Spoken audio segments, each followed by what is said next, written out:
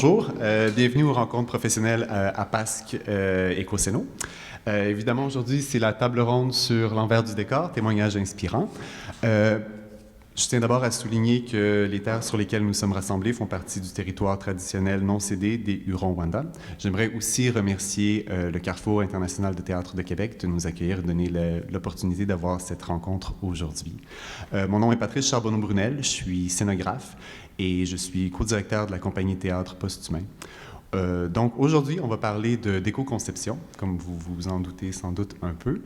J'ai la chance pour en parler avec moi d'avoir deux créateurs des arts vivants qui sont Marie-Renée Harvey-Bourget et Sébastien Dionne.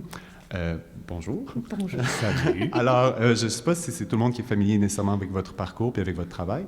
Donc, je vous inviterai à nous parler un peu de ce que vous avez fait, d'où vous venez, puis comment vous êtes rendu ici. Donc, Marie-Renée. C'est drôle de parler puis de faire « je vous vois pas ». On n'est pas habitué d'être sur scène. Bonjour, mais je vous sens. Oui, en fait, moi, c'est comme je dirais un détour ou une erreur de parcours d'être en scénographie, mais je l'explique tout le temps de même, mais c'est vrai. Moi, je viens des arts visuels à l'origine. Je suis designer graphique depuis 20 ans, fait que je viens de là. Puis, ça me satisfaisait pas, comme de faire que ça me remplissait pas. J'avais fait des stages aussi dans des très grosses boîtes, puis j'avais compris tout de suite, à la première journée de stage, que je ne pouvais pas être employée dans une grande boîte, parce que j'avais un choc de valeur. Fait que là, je suis retournée aux études, j'ai étudié en anthropologie, puis je me suis rendue compte que je ne pouvais pas être anthropologue parce que mes cahiers d'anthropologie étaient remplis de dessins. Mais tu sais, c'était à l'université que mes cahiers étaient remplis de dessins. Je fais « Ah, c'est pas bon signe.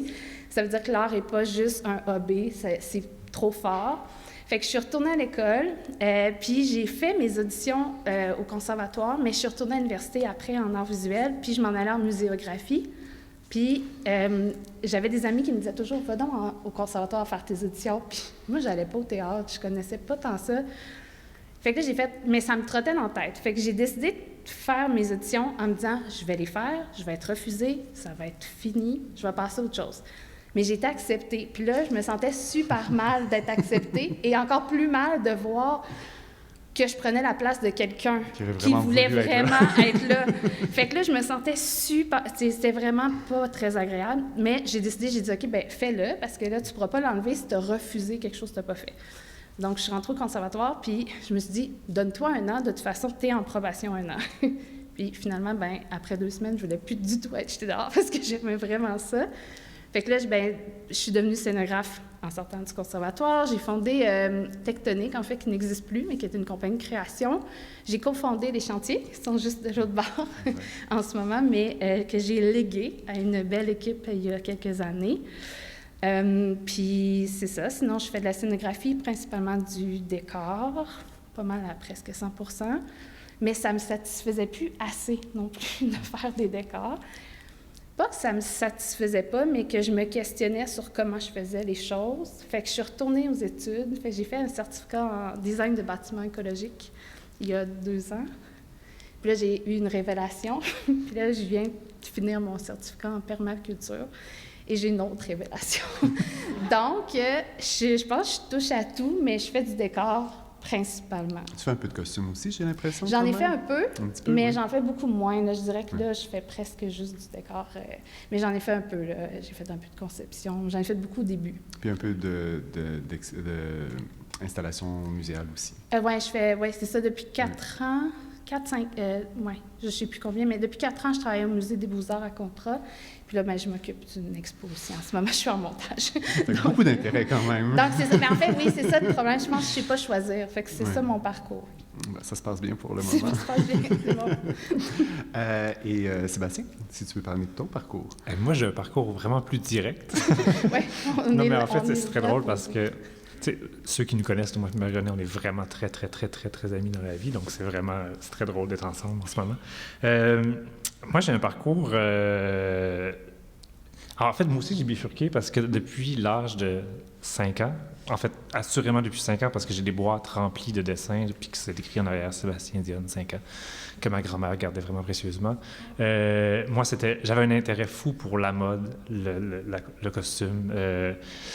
En fait, la mode, je dis le costume, mais l'intérêt principal était vraiment là. Puis j'ai grandi là-dedans, là, toute mon enfance. Bon, j'ai fait la danse du ballroom, là, les robes à paillettes, les froufrous. J'étais fasciné par ça. Puis tranquillement, j'ai grandi. Le secondaire a été vraiment, là, pour moi, c'était une ligne directe. Là, je m'en allais en mode. Bon, il y a plein de petites anecdotes, mais j'avais vraiment cette conviction-là que c'était le milieu dans lequel je m'en allais. Puis en secondaire 5, en fait en secondaire 4, la professeure d'art plastique qui nous enseignait aussi l'art dramatique à l'école m'apostrophe, puis elle me dit « Qu'est-ce que tu as pris comme option pour l'année prochaine? » Puis là, moi, j'étais à l'école, au programme OPEI, là, programme d'éducation internationale. Fait que tout le monde faisait maths, chimie, physique. Fait que j'avais fait comme tout le monde. J'avais écrit maths, chimie, physique. Puis elle m'a regardé, elle a dit « En as-tu vraiment de besoin? » Puis là, j'ai fait Je dis « Pourquoi tu me demandes ça? » Elle dit « C'est parce qu'avec la troupe de théâtre, on cherche quelqu'un pour faire les décors, les costumes l'année prochaine. » Puis, tu sais, elle dit « J'aimerais ça que tu fasses ça. » t'sais. Puis là, je dis « OK. » Fait que là, l'année d'après, je me suis inscrit en art dramatique pour pouvoir faire, non pas jouer, mais faire vraiment les décors et les costumes. Puis là, on a eu plein d'intervenants qui sont venus nous expliquer un peu le métier de scénographie. Puis, on avait une relation entre l'école secondaire puis le théâtre de l'Abordé qui nous permettait de venir faire le service de vestiaire à l'Abordé avant les spectacles, puis on ramassait comme les pourboires. Fait que j'ai assisté cette année-là aux 4 spectacles de l'Abordé à plusieurs reprises. Puis, je me suis vraiment senti bien dans cet univers-là du théâtre. Puis ça m'a comme allumé une petite étincelle. Puis, quand c'était temps de faire l'inscription, j'ai fait mon inscription à l'école de mode. Puis, mais je suis quand même allé faire un petit... je parle beaucoup trop, mais... mais parce que mon parcours est tellement direct qu'il faut que j'extensionne. Non, mais j'ai rencontré une professeure qui s'appelle Danielle Plourde qui enseignait dans un nouveau programme qui était à l'Apocatière, qui s'appelait Art et lettres profil théâtre. Puis c'était une défendresse de la scénographie et de ça. Puis c'est elle qui était là pour nous présenter le programme. Elle m'a apostrophé. En 5 minutes, j'ai laissé tomber l'application pour l'école de mode, puis je suis parti à l'Apocatière, puis je suis allé faire art et lettres théâtre pour faire le cours de scénographie. Puis, ça a été 2 ans, puis après ça, je me suis inscrit au Conservatoire de Québec. C'est la seule audition que j'ai faite parce que moi, je suis un garçon de Québec, puis j'aime ma ville, puis c'est là que je voulais être, tu sais. Puis, j'ai passé l'audition. Cette année-là, on était 27 à l'audition, ce qui est très, très rare. Puis, voilà. Puis, on est... C'est combien d'habitude? 6, 7. C'est plus beaucoup maintenant, ouais. Ils en prennent 6, 5. Oui, c'est ça. Fait que c'était comme une espèce de révélation d'avoir été choisi. Puis c'est drôle parce que je suis arrivé dans ce milieu-là en voulant vraiment faire du costume. Puis là, parce que j'étais un garçon et qu'il y a à peu près un garçon aux 7 ans qui s'est inscrit au conservatoire, évidemment, là, les professeurs, le décor, ils me ramassaient l'éclairage. Puis j'étais comme, oui, OK, mais je veux faire du costume. J'arrêtais pas de talonner. Puis j'ai gradué finalement. En fait, j'ai talonné tout mon conservatoire en leur disant « Moi, je veux faire du costume. » Puis on me donnait tout le temps plein de tâches, de décors et tout ça. Puis en 3e année, on m'a offert de faire les costumes pour la Reine Margot avec Marie-Josée Bastien. Puis là, quand ils m'ont dit ça, j'ai dit « C'est parce que ça fait 3 ans que je vous dis que je veux faire du costume, puis que vous ne faites pas faire de costume. Puis là, vous me donnez le spectacle de costume d'époque avec Marie-Josée Bastien. » Je fais « OK, merci. » Puis ça a été vraiment une fabuleuse rencontre. Là, évidemment, Marie-Josée Bastien, ceux qui nous connaissent, là, peuvent témoigner que c'est comme un trio. Là. Moi, Marie-Renée, Marie-Josée, on a fait, je pense que j'ai fait comme 17 productions avec Marie-Josée depuis que je suis sorti de l'école en 2007. Puis ça a été vraiment la consécration là, de faire du costume à partir de là. Fait que, mais il y a toujours la mode là, qui est là en arrière. Puis des petits projets peut-être un peu personnels, mais c'est vraiment inspiration. Mais ça... Puis donc, maintenant, tu travailles théâtre, tu travailles aussi en cirque, je pense. Théâtre, cirque, danse. J'ai fait un petit peu de cinéma, mais c'est vraiment plus... Puis un mini peu de décor récemment. Bien, pandémie oblige.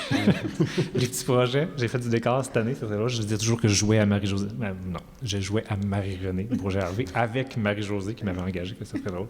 Marie-Renée a dit que je faisais pas ça, mais moi, pour moi, je jouais à elle. Bon, mais très bien. Alors maintenant, on vous connaît un peu plus. Première question que j'ai pour vous, parce qu'on va s'en tomber dans le sujet de l'éco-conception. Qu'est-ce que c'est, selon vous, l'éco-conception? Ce qui peut sembler une question facile, mais oui. J'aimerais ça que tu répondes en premier. Ah oui, Marie-Renée qui enseigne les cours d'éco-conception. Bon, j'ai fait la formation. Bien, l'éco-conception... Tu sais, je veux dire, ma première idée de l'éco-conception, évidemment, c'était de faire des trucs là, full écologiques, puis de vraiment juste utiliser des matériaux verts. Puis, tu sais, c'était vraiment ma première image de ce que c'était l'éco-conception, ce qui est ça aussi. Mais rapidement, avec les discussions, dans les échanges qu'on avait dans la formation, j'ai réalisé que l'éco-conception, c'était beaucoup plus large que ça, parce qu'il y avait beaucoup de gestes différents qu'on pouvait poser aussi dans la réutilisation, les matériaux verts, mais il y avait aussi beaucoup le côté social aussi, l'implication, le développement durable. Le développement durable, c'est pas juste la matière non plus, c'est aussi le milieu dans lequel on travaille. Donc, je me suis rendu compte que il y avait plusieurs gestes que je posais dans mon parcours que je ne considérais pas du tout comme de l'éco-conception, mais que finalement, en bout de ligne, ça avait une influence positive dans ce domaine-là. Puis voilà, ça c'est ma vision d'éco-conception. Marie-Renée pourra mieux vous l'expliquer. Est-ce qu'il passe le test? Est-ce qu'il a bien compris la formation? Très bonne étudiante, non, c'est vrai, mais... Non, mais en fait, moi, je pense que chacun a sa définition de c'est quoi l'éco-conception. C'est sûr que les bases, tu sais, l'idée, c'est de ne pas créer de déchets, de créer des ressources. Bon, ça, c'est la base, mais c'est quoi éco-concevoir pour moi? Je ne sais pas, c'est comme de participer à l'écosystème auquel j'appartiens, puis de l'enrichir. Tu sais, si je veux le voir comme ça, là, maintenant, tu sais, on dirait que c'est plus... on dirait que plus j'avance là-dedans, plus l'idée de matière même est importante, mais elle fait partie, la vue est plus globale est plus grande que toute petite puis micro, tu sais. Fait que l'idée, c'est vraiment de participer à mon écosystème, qui soit mon milieu personnel ou culturel, puis de pouvoir l'enrichir par mes choix. Fait que comme tu dis, ben, c'est enrichir avec la matière, soit qu'on fait circuler, c'est soit enrichir, ben, permettre aux êtres humains d'être mieux rémunérés, de les engager de la main-d'œuvre locale, de faire des choix qui, bien, vous allez voir, je vais utiliser beaucoup ce mot-là, mais qui régénère le milieu, qui va au-delà du durable, en fait qui enrichit, qui nourrit, en fait, le système auquel on appartient. Fait que, puis quand on réussit à faire ça, on est comme vraiment fiers. Je trouve que ça vient avec quelque chose de « OK, je participe à mon milieu, je suis pas juste... tu sais, je suis de passage, mais je laisse une trace qui n'est pas indélébile, en fait. Alors que ben, notre milieu, il peut être un beau gros choc aussi quand on est ceux qui travaillent avec la matière. Mais, puis tu parles de durabilité, puis je pense que c'est intéressant parce que souvent, les premières fois que j'ai parlé d'éco-conception en théâtre, on disait toujours, ben, le théâtre, c'est éphémère. On dit, le théâtre est éphémère. Bon, c'est pas le cinéma. Comment est-ce qu'on peut faire quelque chose qui est durable avec quelque chose qui est éphémère, mais en même temps, le théâtre est fait de gens, est fait de matière qui, eux, vont perdurer dans le temps de toute façon. C'est phasique sur un long stream d'énergie de création. Oui, puis la beauté du théâtre, c'est que c'est éphémère. C'est le fait que c'est unique, puis qu'on voit une représentation, puis elle n'existera plus jamais comme ça, puis qu'on sait que dans un temps donné, ça n'existera plus, puis on va être privilégié d'avoir participé à ça. Mais comment on peut justement faire de cet art éphémère quelque chose de durable, de régénératif? Bien, ça se fait. Tu sais, c'est pas incompatible, en fait. C'est l'idée, c'est l'identité de la pièce qui meurt, pas la matière disparaît pas. Je veux non, dire. c'est ça. C'est pas magique, là. On dit que le théâtre est éphémère, mais c'est pas le théâtre qui est éphémère, c'est les productions sur lesquelles on travaille qui sont éphémères parce que le théâtre en tant que tel, les compagnies, le milieu, les artistes... c'est tout ce qu'on crée peut réserver. L'empreinte que ça reste, celle-là, elle est pas éphémère. Aussi sur tout ça, oui, en effet. Ouais. Très bien. Parce que c'est quand même, selon moi, c'est quand même assez nouveau comme sujet aussi en art vivant puis en théâtre. Je suis sûr qu'il y a des gens qui font ça depuis les années 70 puis même avant, au-delà, mais c'est quand même quelque chose qui commence à être... les formations, on a Écocéno qui vient d'arriver, la remise qui commence à apparaître, donc quand même, il y a un momentum pour la question écologique. Vous, ça a été quoi l'événement marquant qui vous a amené vers ça? Parce que pour moi, je sais qu'il y a le savoir, puis après, il y a la prise de conscience, il y a de savoir. À vrai dire, il y a des choses que je n'avais jamais réalisées avant, puis à un moment donné, tu réalises, puis à un moment donné, tu l'internalises? Ben, tu l'intègres, mais tu l'incarnes, en fait. Oui, tu l'incarnes un peu. Puis c'est que ça devient un peu difficile à plus voir. J'utilise un peu l'image d'une illusion d'optique, celle avec les deux visages qui font un vase. C'est qu'à un moment donné, tu vois un ou l'autre, puis quand tu mets à voir l'autre affaire, tu peux plus le voir. Puis pour moi, c'est un peu ça l'écho. Mais vous, ça a été quoi ce moment marquant, point tournant? Bien, moi, je pense qu'il y a plein de moments marquants, là, puis il y en a plein, mais il y en a un, moi, qui m'a...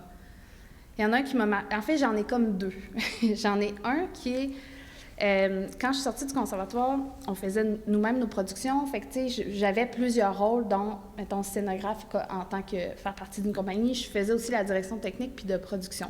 Donc, j'avais le pouvoir, puis je gérais où les matières allaient, puis on ne jetait pas comme ça. Puis là, quand j'ai commencé à être engagée dans les grandes compagnies, les grands théâtres, je suis arrivée, puis j'ai eu ce que j'appelle le choc institutionnel.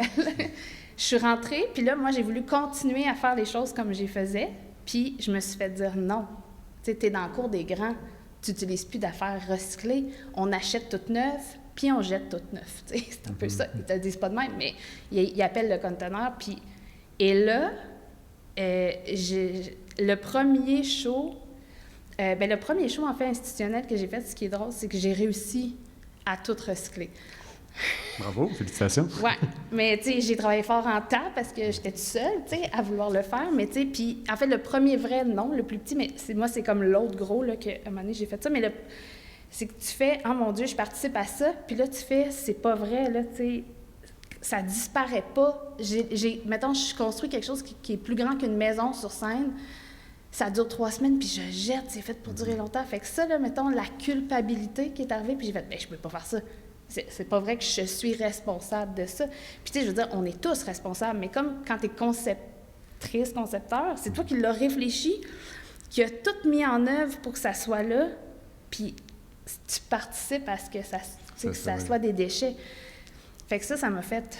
Tu sais, ça a été un choc. Puis bon, tu sais, j'ai eu une démarche qui faisait que j'utilise... Les gens qui me suivent sur Facebook savent que j'utilise les réseaux sociaux pour ça. Là, pendant la pandémie, ils m'ont trouvé bien tranquille, mais ça va recommencer. Oh, she's coming back. Ah oui, juste une fois, j'ai commencé à poser des questions. Oh mon Dieu, tu sais, mon Dieu, que là, ça va recommencer pour les prochaines prods. Mais c'est ça. Puis l'autre... je dirais l'autre accélérateur qu'il y a eu, là, ça a été Prague. Oui, Ça a été Prague, puis ça venait avec de la culpabilité parce qu'on m'invitait à Prague pour aller parler d'éco-responsabilité, puis j'étais de même, voyons donc, je prenne un avion pour aller parler d'éco-responsabilité, j'étais là, il y avait un non-sens, mais en même temps, il y avait quelque chose de plus fort, puis toute l'exposition et après qui avait été conçue par la PASC, puis Jasmine Catudal était là-dessus, puis j'étais de même, non, je pense qu'il y a un momentum, puis c'est ça, quand je suis allée, en fait, c'est que j'ai eu des bonnes discussions avec Jasmine avant qui m'a convaincue de venir, parce que j'étais de même, je suis pas la bonne personne, trouve quelqu'un d'autre, là, j'ai pas rapport. Fait que là, elle m'a dit non, regarde ce que tu fais, puis réfléchis. Je fais OK. Fait que ça m'a obligée à avoir une pause. Là-bas, j'ai rencontré des gens comme Tanya Baer, Ian Garrett. Ben, tu sais, on a discuté avec plein de monde, puis j'étais allée voir tout ce qui se faisait. Puis je suis revenue en faisant OK, là, c'est plus. Je peux plus garder ça pour moi. C'est que toute ma démarche était intérieure. J'agissais, là, mais j'en parlais pas. Je faisais tout undercover, je voulais pas déranger. Puis là, j'ai fait non. Là, tu t'assumes, puis je peux... Parce que c'était ça où je quittais le milieu. Fait que j'ai décidé de parler au lieu de quitter le milieu. Bon choix, très bon choix. Très, très bon choix. Mais juste pour les gens qui ne sont pas au courant, Prague, en 2019, il y a la Quadriennale de Prague, qui est une exposition internationale de scénographie. Puis le Québec était représenté par une exposition de la PASC avec Viviane Morin, qui est avec nous ce soir. Et le thème que Jasmine Catudal avait pris, qui était commissaire pour l'événement, était l'éco-responsabilité. Donc... juste pour clarifier la chose. Puis c'est sûr que c'était une belle occasion pour nous de découvrir plein de liens à travers le monde aussi, puis de comprendre un network aussi d'une certaine manière. En tout cas pour moi, c'était une grande découverte de voir que tout le monde avait peut-être cette générosité de partager le savoir, les méthodes de faire, les réflexions. Oui, puis les réflexions étaient partout. Tu sais ça, tu as du monde de partout sur la planète qui se pose les mêmes questions en même temps. Puis là, tu peux en parler, puis là, tu peux parler de chaque contexte, parce que les solutions sont différentes du contexte à n'importe où dans le monde, mais il y a des grands, je sais pas, des grandes idées communes, mais ah ouais, c'était fascinant. Fait que moi, en fait, ça a été comme une autre poussée, faire OK, go, je pouvais plus revenir, là, tu sais, c'est comme quand tu dis, quand tu le vois, quand tu le sais, mais c'est ça, là, t'en prends conscience, puis c'est plus, tu sais, il y a beaucoup de réactions, là, tu peux figer, tu peux décider que tu fais semblant que c'est pas là, puis tu cours ou bien tu agis. Bien là, tu fais OK. C'est quoi qui est plus agréable? C'est l'affaire la plus facile, étrangement, c'est d'agir. Bien, surtout quand tu vois que tu as des partenaires dans ton action, c'est sûr que ça aide ouais, tout ça, c'est à conformer. Oui, tout à fait. Puis Sébastien, toi, de ton bord,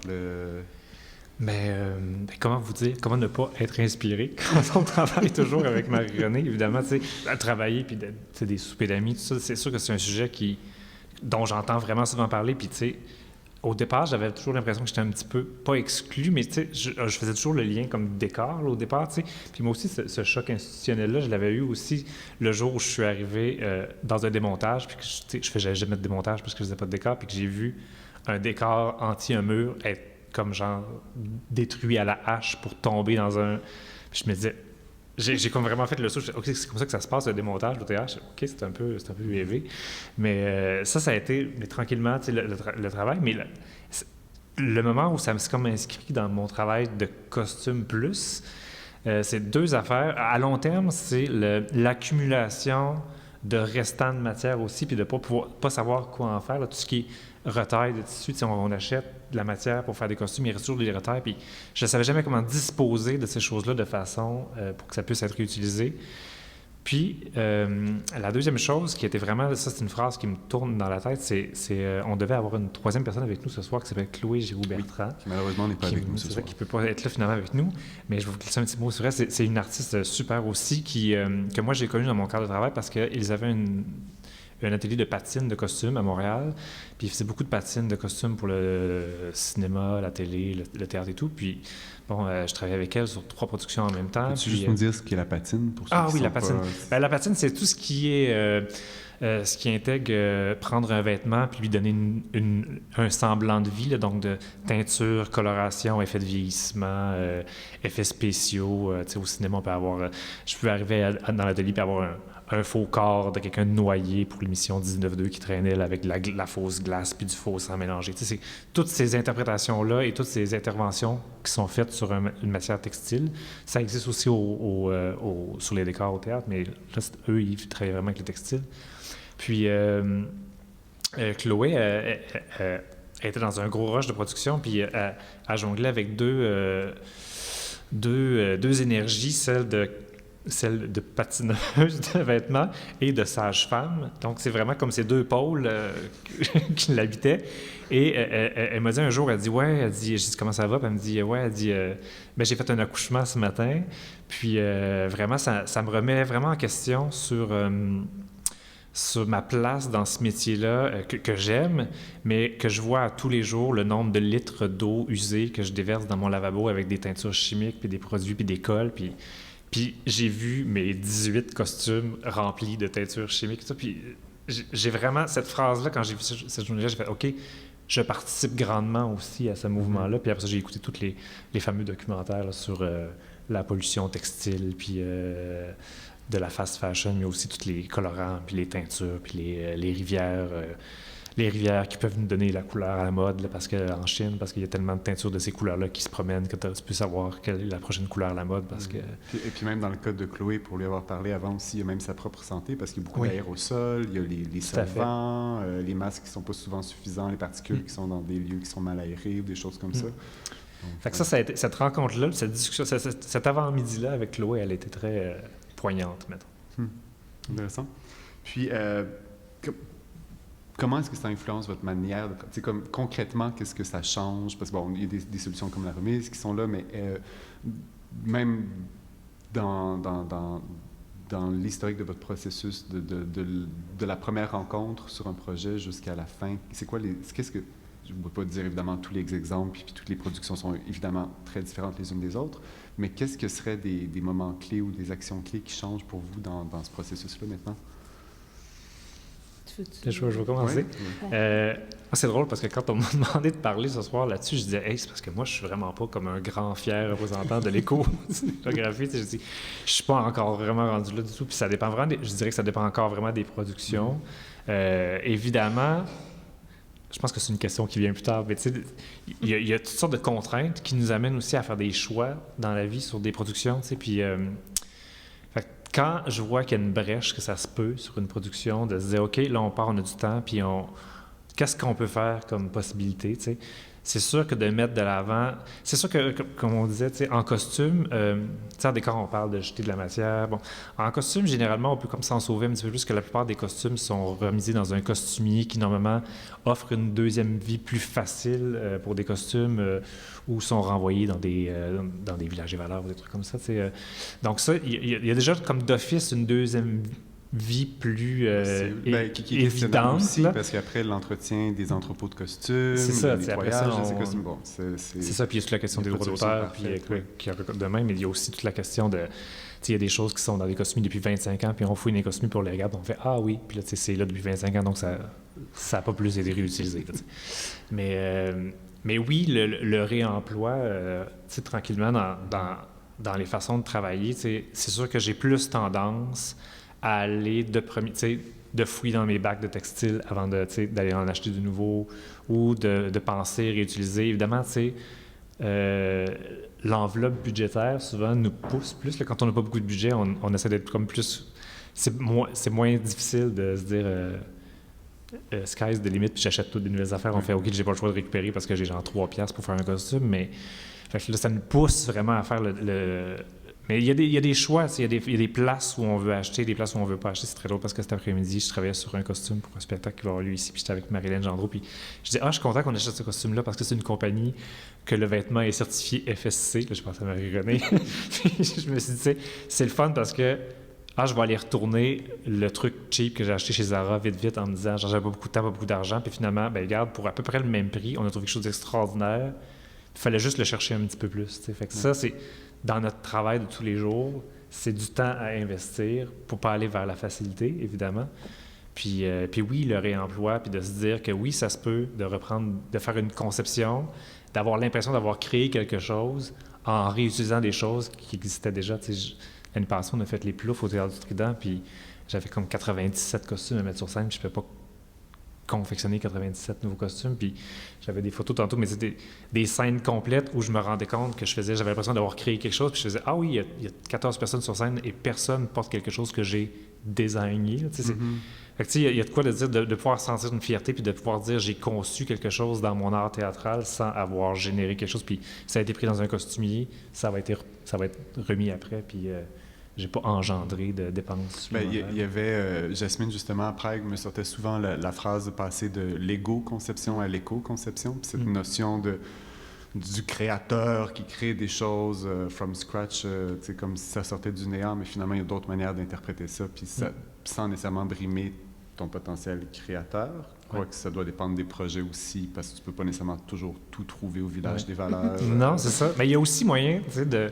Bon, évidemment, plus qu'on a de la carrière derrière nous, plus qu'on a créé des choses dans le passé, fait qu'il y a moyen de se réutiliser soi-même. C'est ce que j'allais dire. C'était souvent réutilisé. Marie-Josée rirait à gorge déployée de parler de ce fameux velours noir-bleu que j'ai réutilisé sur 4 productions, 4 simili-Shakespeare. Puis là, à chaque première, j'en mets mes esquisses, je fais, tu sais, le tissu, on pourrait utiliser tel costume, puis on pourrait juste comme couper la cape, puis en refaire une jupe, puis là, finalement, on fait, là, je pense que je suis venu à bout de ce que je peux faire avec ce tissu-là.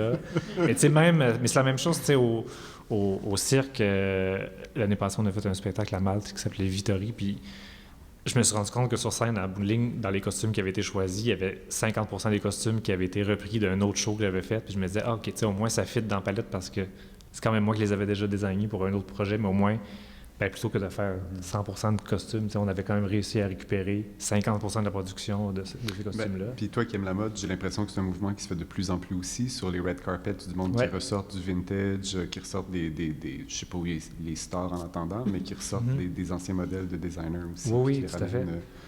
Puis oui, je te parlais de la haute couture. Oui, dans la haute couture, on le voit tranquillement, ils ont là, des archives incroyables de choses qui n'ont jamais servi, puis des affaires que tu fais, mais ça vaut 60 000 €, là, cette affaire perlée à la main, là, puis c'est dans un papier de soie, dans une boîte, pour un jour être dans un musée. Ressortez-le dans une nouvelle collection, puis c'est sûr que quelqu'un va vouloir l'acheter. Il n'y a pas de... Oui, tout à fait. D'ailleurs, je ne sais pas si tu voulais en parler plus tard, mais tu m'as déjà dit aussi que tu aimais beaucoup encourager l'artisanat, ou du moins la main-d'œuvre locale aussi, qui amène la question du coût encore, la question de temps, puis de disponibilité. Oui, je peux tout de suite en parler, mais avec les années, j'ai développé un genre de collaboration, de partenariat avec la Maison des métiers d'art ici à Québec, où je suis allé cogner à la porte une première fois il y a là, 5 ou 6 ans parce que je trouvais pas telle sorte de tissu puis de motif que je voulais avoir. Puis je me disais, je peux pas croire qu'il y a pas une façon de pas acheter quelque chose qui vient de la Chine, puis ça doit pouvoir se faire, un tissé de quelque chose. Fait que j'ai dit, ben, je vais aller à la Maison des métiers d'art. J'ai rencontré une artisane en tricot, une artisane en tissage. Puis tranquillement, j'ai vraiment développé un partenariat avec eux autres de cogner à leur porte quand ça se peut dans des productions. Puis comme mettons par exemple les ploufs, là, c'est drôle parce que dans la formation en éco-conception, c'est comme devenu un symbole, le tricot. Le chandail des ploufs est comme devenu un emblème. Mais c'est cette idée de le petit tricot vintage, j'aimais mieux comme louer 27 costumes déjà dans un costumier pour pouvoir libérer dans mon budget le 500 $ que ça allait me prendre pour engager une artisane qui a pris une laine qui a été en tout cas, les moutons venaient du Québec. Comment je cherchais le mot? Elle n'a pas conçu la laine, mais je sais, d'avoir, la bergerie, c'est une bergerie du Québec, puis la laine a été, elle vient de là, elle a été teinte avec des teintures naturelles, elle a été envoyée à l'École des métiers d'art, puis le tricot a été fait sur mesure dans les motifs, dans la création vintage. Puis c'est sûr que ça a coûté 500 $. Dans la vie, il y a peu de monde qui ont la chance de payer 500 $ pour faire un chandail plutôt que d'aller chez H&M et de payer 29,99 $. Mais quand tu sais que pour en arriver au bout de ce chandail-là qui ressemble à celui de chez H&M, ça a coûté 500 $ parce qu'on a payé quelqu'un à une juste valeur pour les 25 heures de tricot qu'elle a fait sur ce chandail-là, bien ça te remet vraiment en question sur ce que les choses qu'on achète au quotidien valent. Puis je trouve que c'est très dommage parce que je vais rencontrer à chaque année les étudiants qui font, les quelques étudiants qui font ces formations-là en métier d'art, puis pour leur montrer qu'il y a une possibilité de faire autre chose que le linge à vaisselle que vous achetez au métier d'art à Noël pour donner un cadeau d'autres. Parce que, évidemment, ils ont étudié 3 ans en fabrication textile pour finalement faire des linges à vaisselle, alors qu'ils peuvent faire des choses comme on voit dans les trucs de haute couture chez Dior ou chez Chanel. Donc, c'est de voir ces métiers-là qui se perdent, puis de toutes ces techniques-là qui ont été industrialisées et qui ont été envoyées à l'externe, mais c'est le fun de pouvoir dire, OK, moi, je réencourage cette façon de faire-là, puis de pouvoir comme, créer ici. Très inspirant. Marie-Renée, toi, qu'est-ce que ça change dans ton processus? Mais je trouve ça intéressant ce que tu dis, parce que je trouve qu'il y a une grande part par rapport au processus, comment ça change, c'est de revaloriser le travail humain, en fait. Parce que moi, je me suis déjà fait dire dans des grands théâtres, mettons, je respecte le budget, je respecte le budget, là, mais je me fais dire par la direction de prod, hey, t'as vraiment mis beaucoup d'argent sur la main-d'œuvre, puis pas beaucoup sur les matériaux. Puis là, je fais, c'est un problème ou je fais, c'est parce que j'ai tout réfléchi pour que justement, on paye bien les gens, ça rentre dans le budget. Le décor est pas petit, là, genre j'avais 53 éléments de décor qui bougeaient, là, genre 53, c'était comme un gros casse-tête, là, tu fais, non, mais il fallait de l'amour, puis tout ça, puis tout avait été fait, mettons, assemblage mécanique pour être démonté, puis tout ça, puis j'étais même, je vois pas le problème, moi, d'avoir bien payé des scénographes, puis des gens avec des main-d'œuvre spécialisées pour leur permettre de vivre. C'est ça aussi, dans la démarche que tu parles, c'est faire des choix différents. C'est, OK, moi, c'est où est-ce que je peux sauver sur la matière le plus possible, puis stabiliser les êtres humains, là, Puis aussi, par rapport à la sécurité, on parlait tantôt de Chloé, là, de sa démarche par rapport aux produits toxiques, là. Moi, dans ma démarche, il y a ça aussi. Quand c'est de choisir des produits de finition sains, pour que les ateliers ou les gens qui travaillent avec, ou moi-même, là, quand je travaille avec, que ça soit agréable, puis que je sois sûre que dans toute la chaîne qui a produit ce produit-là, en fait, c'est qu'il n'y a personne qui a, autant l'environnement, mais que la nature, là, qui sont la même chose, mais qu'on sépare tout le temps, mais n'a pas eu d'émanation toxique, n'a pas été exploité, fait que ça change tout, puis les ateliers le disent, là. Les ateliers s'en rendent compte quand ils ont de la peinture sans CUV ou des peintures saines, naturelles, parce qu'ils font « Hey, c'est fun, pas besoin de mettre de masse, ça sent pas quand on ouvre les peintes, c'est agréable à travailler. » Puis là, tu fais « Ah, OK, j'ai de l'influence sur des êtres humains près de moi. » Puis ça, c'est vraiment stimulant je sais pas, dans la démarche, je dirais, là. Puis sinon, pour répondre à la question... Non, mais c'est intéressant parce que c'est quand même des questions de santé aussi. C'est pas anodin, tu sais. C'est pas anodin. Quand on est sorti de l'école, je sais pas combien de fois, nous, on a peint, j'ai peint un décor, fait du sablage dans une pièce avec aucune aération, puis on est comme, whatever, on est jeune, blablabla. Mais finalement, tu t'aperçois que c'est des années de vie qui sont parties. Tu sais, des vieux travailleurs dans les shops qui ont travaillé dans des affaires dégueulasses toute leur vie, plus de poumons. Au conservatoire, je suis presque tombée dans les pommes, moi, parce qu'il n'y avait pas d'aération. Non, c'est puis il m'avait dit, oui, prends ce produit-là, puis c'était un produit à l'huile, puis j'étais rendue en haut à patiner, puis j'ai failli m'évanouir à cause des émanations, puis il était comme, non, c'est correct. Puis là, à un moment donné, tu fais, non, je pense pas, si, mettons, je commence à avoir double, puis tu fais, ouais, ça arrivera plus, là, puis tu sais, mais tu sais, je vais plus dire oui, quelqu'un qui dit, oui, c'est bon, prends ça, il n'y a pas de problème. Non, maintenant, tu sais, je fais mes devoirs, là, ça fait longtemps, mais ouais, c'est ça, fait que, tu sais, puis dans la démarche, moi, je trouve que ce que ça change par rapport à, mettons, d'être engagé dans cette démarche-là, c'est que dès le début, d'avertir les gens. Tu sais, dès le début, des inclure dans... Parce que là, on est entre concepteurs, mais la pression, il ne faut pas qu'elle soit juste sur nous. Puis en ce moment, dans le milieu, elle est beaucoup sur nous. Elle est en train d'être partagée, mais je dirais que dans les dernières années, c'était beaucoup les concepteurs. C'est que, tu veux faire une démarche éco-responsable? Bravo! Reviens-nous à la fin. Tu sais, j'en fais tout ce qu'il y a à faire, puis on va être vraiment content puis fiers pour toi. Et c'était ça avant. Puis là, mais c'est vrai. Là, maintenant, c'est qu'est-ce que je peux faire pour t'aider? Comment on peut le faire ensemble? Puis c'est ça, en fait, la différence. C'est de dire dès le début, puis de trouver des solutions, puis que ça fasse partie, là, je vais dire des termes techniques, mais que ça fasse partie des réunions de prod, que ça fasse partie que tout le monde trouve des solutions, là, tu sais. Fait que... Bien, parce qu'en effet, quand tu parles d'une pression, des fois, il y a des demandes qui peuvent être faites qui sont pas réalisées, qui exigent de sortir de ton échelle de valeur si ça n'a pas établi comme paramètre au début. Ça demande de questionner. C'est tough, ça. Tu sais, avec les metteurs en scène, c'est pas facile, parce qu'il faut que le metteur en scène ou la metteur en scène soit avec toi, puis même si la personne est consciente, tu vas la bousculer en disant « Ouais, je comprends, mais je suis pas sûre que c'est un bon choix parce que, tu sais, c'est telle affaire, on va jeter, t'en as-tu vraiment besoin? » Ou, tu sais, je suis obligée de commander sur Amazon, j'aimerais ça, pas participer à ça. On peut-tu trouver local, mais ça va me prendre 2 semaines de plus. Tu sais, il y a beaucoup d'affaires comme ça, puis des fois... Tu sais, on confronte les gens, là, tu sais, puis des fois, on choisit nos combats aussi parce qu'il faut que ça continue à être agréable, puis c'est des petits changements, mais des fois, c'est plus le temps des petits changements aussi. Des fois, tu fais, OK, bien, on a dit qu'on le faisait, on s'assume, et ça sera pas parfait, puis c'est correct, mais on peut-tu juste pas tout de suite évacuer? Tu sais, parce que des fois, les gens, ils disent oui, mais là, quand on les confronte, puis on dit, ouais, mais ça... Bien, parce qu'on a déjà ces conversations-là, des fois, pour ça, même pas l'éco-responsabilité, des fois, c'est comme, ça n'existe pas, ce matériau. C'est pas... oui, tu me demandes deux choses contraires. La physique ne permet pas de faire ça, puis c'est difficile à faire passer. La gravité ne me permet pas de faire ce décor-là. Puis déjà là, c'est difficile. Alors, c'est sûr que quand c'est une question qui est comme éco-responsable, c'est un autre niveau. Ouais. Tu mets un doigt sur une affaire, on dirait qu'on va comme infantiliser les metteurs. On s'excuse. Pour ceux dans la salle. C'est juste dans le sens de dire... pour nous qui pratiquons notre métier, c'est difficile et c'est confrontant pour nous. Donc, de s'asseoir avec quelqu'un qui déjà essaie de comprendre le métier de quelqu'un d'autre, déjà de rajouter cette couche-là. Déjà, ils ont l'air, comme tu dis, à comprendre des fois notre travail en se disant, ils demandent des affaires que ça se peut pas dans notre travail de faire ça. Mais là, de leur dire, en plus que tu comprends pas tout à fait tout le temps mon travail, bien là, je t'annonce comme couche que, mettons, il y a des idées que tu vas avoir que, idéologiquement, je vais refuser pour pouvoir participer à cette démarche-là. Ouais. Puis tu dis quelque chose d'important, tu sais, tu comprends pas ma réalité, je comprends pas toujours la tienne. Même chose, direction technique, direction de production, direction artistique. On aurait avantage à se parler davantage pour comprendre c'est quoi la réalité de l'autre, puis comprendre pourquoi l'autre, il réagit, puis il dit non avant d'avoir réfléchi. Puis là, tu fais non, mais attends, j'ai des solutions, prenons le temps de se parler.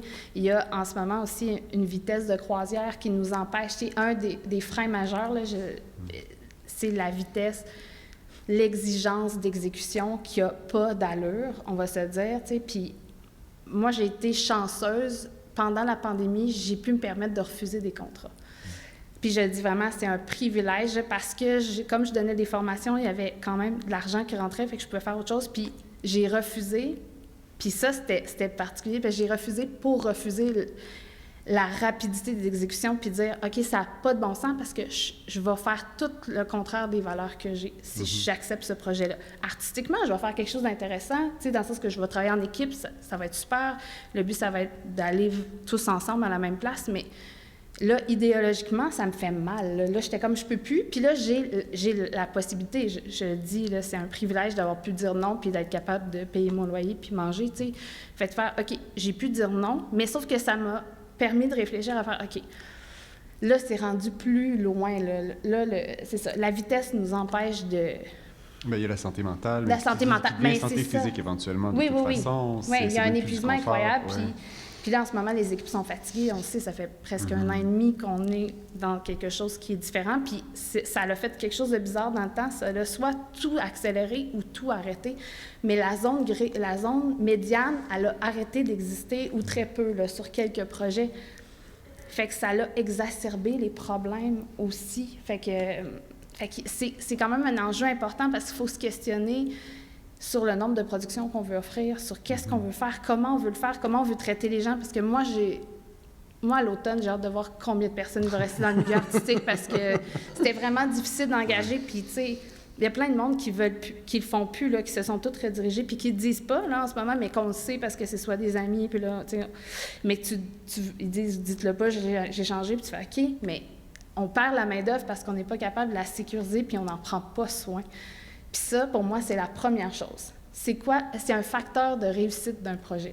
T'sais, j'ai-tu pris soin des êtres humains? Oui. T'sais, bien sûr, artistiquement, oui. Mais il faut que ça soit aussi important de j'ai-tu sécurisé mon milieu? T'sais, si j'ai payé des gens, je le vois, là, si j'ai payé des gens 12-13 piastres de l'heure sur des prods, ça n'a pas d'allure. Ça n'a pas d'allure. Là. On est dans la main-d'œuvre spécialisée. Il n'y a presque personne qui peut faire ce qu'on demande aux gens dans la rapidité qu'on demande, en tout cas. Fait que moi, je trouve qu'il y a ça aussi à se questionner, puis il y a à refuser un modèle. Oui, tout à fait. Ben, c'est un modèle qui t'a réinventé aussi. Ben, Oui. Moi, c'est sûr, c'est mon agenda personnel, Oui. du moins mon historial de la pandémie, c'est qu'on a eu une belle occasion de prendre un break puis de réfléchir. On ne l'a pas nécessairement fait. Puis je trouve ça dommage, et c'est là où, moi, de plus en plus, l'éco-conception me parle, parce que, comme vous disiez tantôt, c'est l'écosystème, puis je trouve que c'est ça qui est intéressant quand on prend l'homme aussi. C'est pas juste sur la matière, c'est pas juste les animaux, les oiseaux, puis la qualité, oui aussi, mais vraiment à quel point on en fait partie, puis qu'on a vraiment un impact sur notre vie personnelle, émotionnelle, psychique, physique, tout ça. Je trouve ça c'est très important. Oui, puis tout est lié. Tu te dis... Puis en fait, une façon aussi de convaincre les gens, là, de dire, c'est de leur montrer l'impact qu'ils ont près d'eux, en fait. Sur leur vie à eux, mais très, très proche d'eux. Parce que si tu vas sauver la planète, la planète, c'est abstrait, là. C'est un peu comme quand il y a des grandes guerres, puis t'es pas couché... c'est difficile pour l'être humain d'être touché par, mettons, vraiment, vraiment beaucoup de morts. C'est quelque chose, parce que c'est trop, en fait. C'est trop grand. Mais une personne... ça te bouleverse, tu sais. Bien, c'est la même chose, c'est quand... faut pas que tu aies trop une vue reculée. Il faut que tu aies une vue globale pour agir, mais il faut que tu vois les répercussions à côté de toi ou en toi tout de suite pour pouvoir continuer ou pour convaincre, en fait, les gens d'embarquer puis de se rendre compte que c'est vraiment... Bien, c'est une démarche le fun. Là, on parle des affaires rough, mais c'est vraiment une démarche le fun aussi. Oui, c'est surtout quand il y a un beau payoff, là, c'est sûr que... Puis on le voit, il y a des belles... des changements qui marchent très bien aussi, qui ont des super débouchés. Et puis, c'est quoi les principaux... le mot est un peu péjoratif, mais les principaux obstacles qui s'opposent à ce changement-là, selon vous? Bien, on en a un petit peu parlé tantôt, mais tu sais, je disais, Marie-Renée parlait de la vitesse de devoir livrer les choses. Ça, c'est un obstacle parce que souvent, on dirait que de bien faire ces démarches-là, ça demande le temps d'y penser, ça demande le temps d'avoir de la bonne matière, de rechercher la bonne affaire. C'est de ne pas aller vers la facilité, justement, de dire, bien, écoute, j'ai 3 heures pour livrer cette affaire-là, bien, je vais aller au magasin acheter la première affaire au Dollarama, puis là, tu sais, je sais que c'est là, tu sais. De savoir que les choses sont là, mais de se dire, non, je vais en faire autrement. Ça c'est un obstacle dans le temps, puis dans le budget aussi. Mais je dis le budget, tu sais, c'est pas tant vrai parce que, écoute, dans ma grande carrière de décor de pandémie, j'ai fait un décor cette année où je l'ai fait, l'exercice. Bien évidemment, ce qui a aidé aussi, c'est il y a un bon bout de ce moment-là où tout était fermé, puis je disais, là, il faut que je livre des choses, mais je n'ai que Marketplace et Kijiji pour m'aider là-dedans et les groupes Facebook. Donc, mais ça se peut de livrer un produit intéressant, final, puis en bout de ligne, au jour du démontage, tout retourne dans des boîtes, puis tu fais tout retourne aux bonnes affaires, puis là, tu fais « Ah! » ben ça... C'est juste qu'il faut prendre le temps de le faire, puis il faut trouver...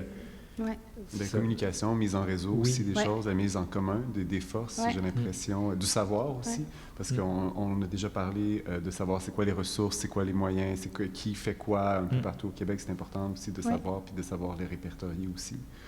Puis l'accessibilité, tu sais, moi en costume, l'accessibilité, tu veux choisir des matières qui sont propres et responsables.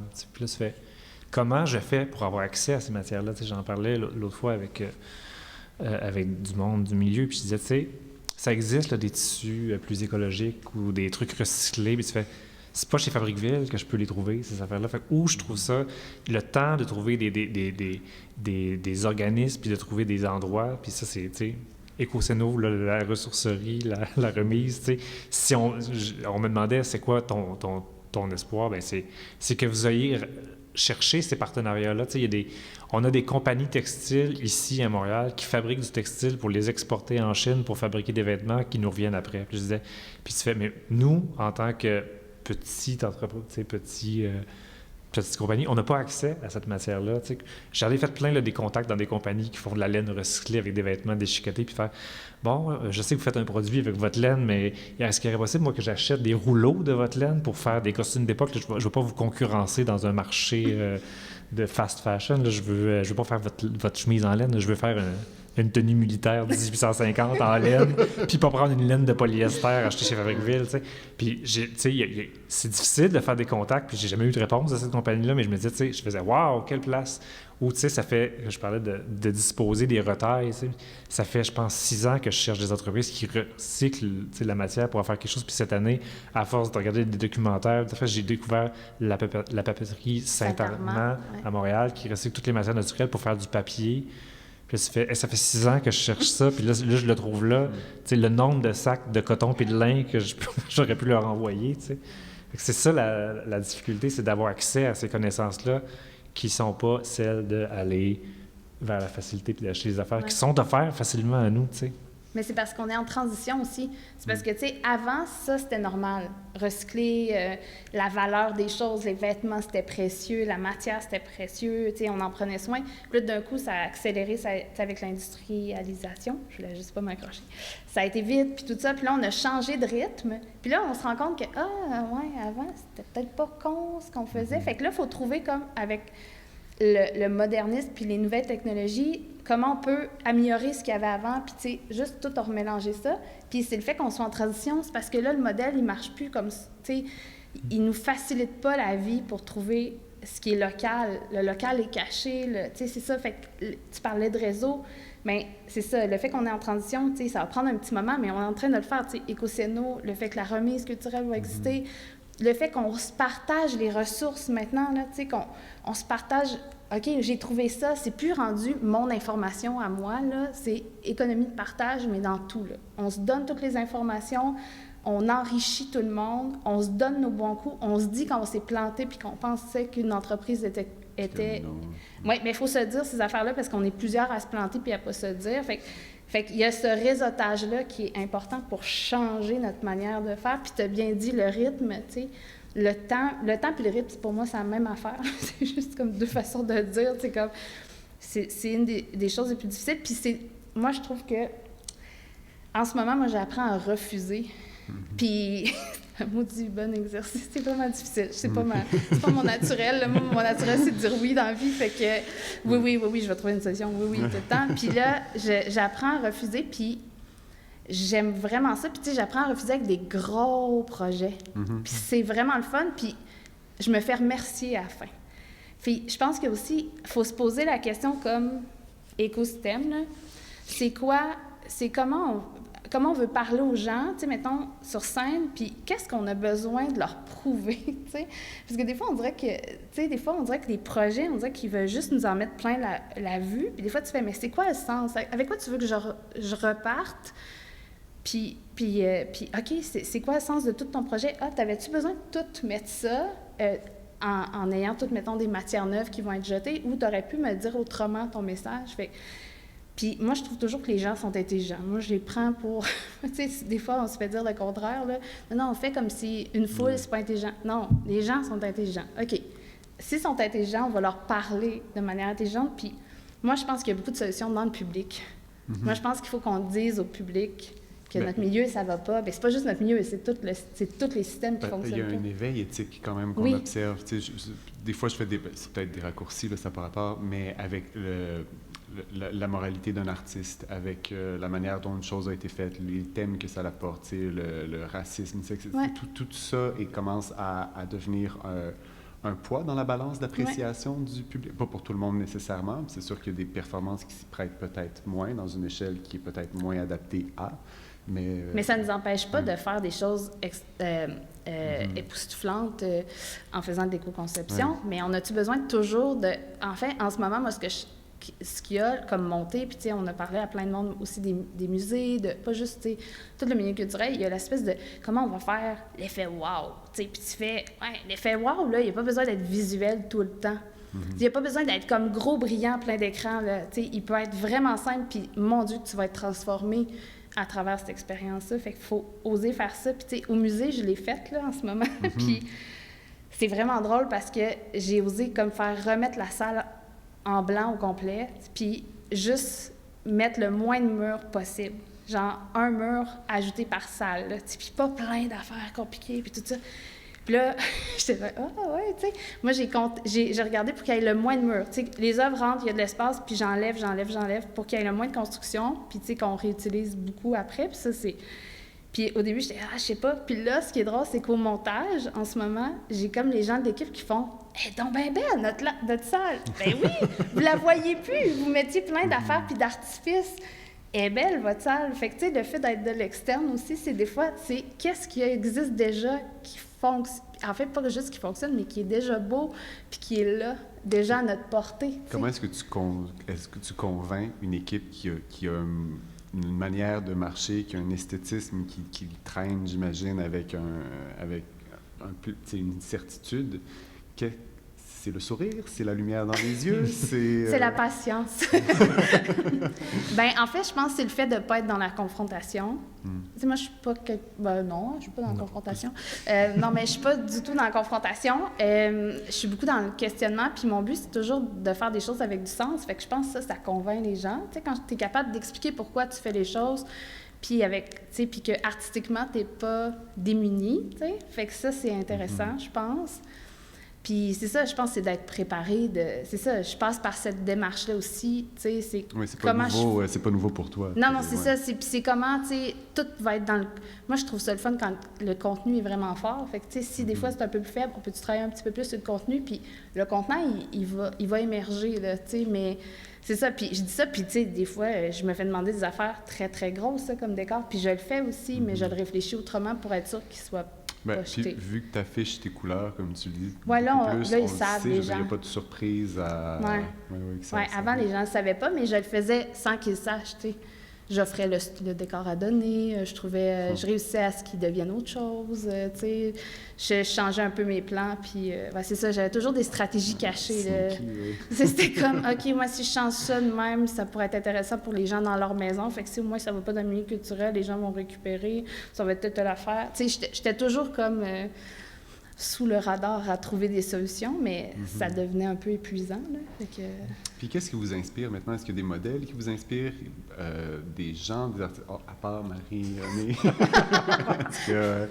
Est-ce qu'il y a des modèles que vous voyez ailleurs? Parce que maintenant, on a une meilleure exposition un peu sur ce qui se passe dans d'autres pays ou dans d'autres... Tu réfléchis beaucoup, hein? Mais j'ai comme pas de référence de créateur ou de... J'ai pas de référence directe, mais j'ai plus comme une admiration pour les gens, justement, qui essaient de trouver des solutions concrètes là, pour faire des choses. J'étais fasciné l'autre jour de regarder une capsule sur une jeune fille qui a développé une colle naturelle, puis qui prend des vêtements déchiquetés, puis qui a fait des briques, puis qui fabrique des maisons qui sont super résistantes contre le feu, Puis, tu sais, qui fait, ben moi, là, tu sais, c'est tout petit son espace, puis elle a développé son affaire, puis elle fabrique des briques pour fabriquer des maisons pour les personnes sans abri avec des vêtements recyclés puis de la colle naturelle. Puis je me disais, tu sais, c'est ça, tu fais. Mais elle a pas juste fait, je vais y penser. Non, c'est concrètement, elle s'est levée un matin, puis elle a dit, mon projet, c'est ça, puis je vais faire des maisons pour les sans-abri, puis je vais utiliser tu sais, moi, j'ai une admiration pour ces gens-là parce que je pose pas ces gestes-là dans la vie, tu sais. Ben, tu le poses pas. Je en le même pose temps, pas, non, mais chacun a sa vocation. c'est Si ça, on se mettait tous à c'est ça. faire des briques, ça irait pas bien non plus. Non. Mais je veux dire, tu sais, dans le sens que on dirait que je me lève pas le matin en ayant cette idée-là. Tu sais, je me dis, il y a ce problème-là. Comment moi, je peux essayer de le réduire dans ma pratique? Mais j'ai pas de solution concrète. Tu sais. Fait que j'ai beaucoup d'admiration pour les gens qui ont des solutions vraiment concrètes pour, tu sais, de fabriquer des choses. C'est ça. J'ai une Oui, mais je admiration. pense, oui, mais je trouve peut-être un peu dur face à ta propre pratique. Je trouve que, tu sais, concrètement, le gilet des ploufs, c'est une solution concrète. C'est très tangible. Ouais. Ça existe. Tu sais, en tout cas, J'ai vraiment le syndrome de l'imposteur tout le temps, mais ben, oui, on mais l'a beaucoup, énormément oui, c'est d'artistes. C'est tellement nouveau, puis il y a toujours la frontière de la perfection qui est toujours très difficile à atteindre aussi. C'est quelque chose que, quand je donnais des formations avec Anne-Catherine, qu'on disait toujours, il ne faut pas penser que vous allez arriver à quelque chose parfaitement, parce que ça sera malheureusement sans doute pas possible. Donc, j'ai l'impression qu'on est beaucoup à avoir ce sentiment-là. Oui, bien, moi, je l'ai complètement, ce sentiment-là. À chaque fois, je fais, voyons, si je fais là à parler, là. Tu sais, en ce moment, je me dis la même affaire. Pourquoi je suis là? Pourquoi? Non, mais dans le sens que ce sentiment-là, il est fort parce que je pense qu'on est des gens perfectionnistes quand on est dans ce milieu-là, puis on fait... Puis on se rend compte que c'est une démarche, puis que, tu sais, c'est ça, puis qu'il faut... Je trouve que le fait juste d'en parler, d'avoir des gens autour, tu sais, c'est ça aussi qui est important, c'est de semer juste comme des pistes de réflexion dans la tête de chacun pour que chacun fasse son chemin après, puis donne ce qu'il a à donner, dans le sens que, tu sais, en effet, tu ne feras pas les briques puis tout ça, mais...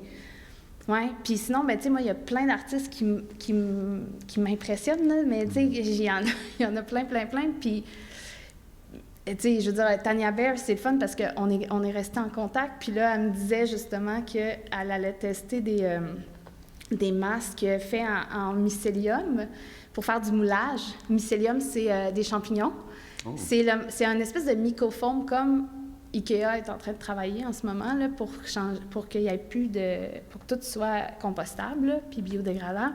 Mais là, il y a plein de monde en ce moment qui sont en train de tester le mycélium, mais là, je sais que Tanya va en tester, fait qu'on s'est dit, bien, on va se parler pour se donner nos trucs.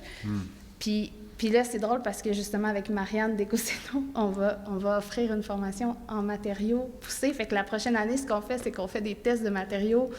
On rentre la matière dedans pour faire... Parce que moi, je cherche des formations sur les matières. Tu sais, mettons, en design de bâtiments écologiques, j'avais des affaires, mais j'étais comme, OK, mais c'est pas assez, là. Donnez-moi plus de matière et ça va pas assez loin. Et quand on s'est dit, ben, on va plonger dedans. On va le laisser. Avec les champignons, ben, moi, je voudrais qu'on essaie du moulage avec du mycélium. Tu sais, mais il y a plein de matières qu'on veut essayer qui sont locales. Il y a plein de choses. Puis là, on se dit, OK, mais on va pousser. De tissu pour faire des... Ben, même chose, en fait, c'est ce que je me disais. Un panneau plutôt qu'une brique, ça serait déjà génial. Oui, ben, tu sais, voir qu'est-ce qu'on peut réutiliser, quel lien on peut créer, quel réseautage on peut faire. Fait que, tu sais, il y a tout ça. Puis sinon, moi, c'est vraiment étrange parce que moi, je m'inspire souvent des autres domaines dans ma vie. Tu sais, Sébastien le sait, là, moi, tout m'intéresse dans la vie. Fait que, tu sais, quand j'arrive avec des concepts de scéno, c'est jamais la scéno qui me fait un flash. C'est quelque chose que j'ai vu, c'est des artistes en art visuel, c'est du sculptural, mais ça va plus loin. Là, puis je dirais que même en ce moment, toute la démarche de permaculture que j'ai entamé, tu sais, que la formation, puis là, je suis en train d'appliquer des... Peux-tu nous décrire un peu la permaculture? Oui, bien, en fait, la permaculture, je vais dire ce que c'est pas, puis ce que le monde pense, puis après ça, je vais dire ce que c'est. Non, mais c'est parce que les gens souvent pensent que la permaculture, c'est faire un jardin. C'est quoi associer ensemble pour qu'il y ait moins de je vais faire la blague avec mon copain. Pour moi, la permaculture, c'est mettre son plant de basilic en dessous de son plant de tomate. Oui, c'est ça. c'est comme ça. Mais tu sais, alors que ça, c'est pas du tout... La permaculture, c'est une manière, en fait, de réfléchir. Puis il y a des principes de permaculture qui peuvent être appliqués, mettons, au jardin, au potager, à la maison, à la vie, aux relations entre les gens. Mais tu sais, je dirais que quelques principes là, de la permaculture, c'est tu ne produis pas de déchets. Toutes les ressources servent à quelqu'un d'autre. tu fais des boucles fermées. Fait que c'est exactement ce qu'on fait.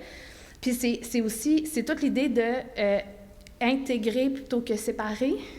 Fait que, tu sais, l'idée de t'intègres les choses, tu crées des liens. Fait que c'est exactement l'idée de réseautage, mais moi, à chaque fois que tu sais, là, ça fait comme, je sais pas, 6 mois que je lis là-dessus, puis que je fais mes cours, puis que ça m'amène juste à réfléchir plus loin de, OK, l'idée de réseautage, comment on peut le faire, de qu'est-ce que moi j'utilise qui peut servir à l'autre tout le temps, mais c'est toujours, ça vient d'un autre domaine, mais c'est la même chose, c'est applicable dans ta vie de tous les jours, puis c'est aussi tout le principe régénératif, c'est comment je peux nourrir ce qui existe, et pour que ça soit meilleur, pas que ça soit... Tu sais, l'idée, on veut pas qu'en ce moment, la société, elle reste comme elle est, puis qu'elle soit durable, plate. Tu sais, on veut qu'elle fleurisse. Tu sais, en tout cas, moi, c'est ce que je veux. Fait que c'est ça. Fait qu'on dirait que je sais pas pourquoi, mais la permaculture m'aide à être une meilleure créatrice. C'est vraiment étrange, mais ce que je lis, des fois, je fais des... Ça fait du sens avec l'idée de la référence qui est ailleurs, l'idée de faire des liens, du partage d'informations, partage de... Dans l'équipe, même, on s'aperçoit qu'on finalement, on connaît pas vraiment les métiers autour de nous non plus, l'incompréhension du travail des autres, c'est aussi important. Oui.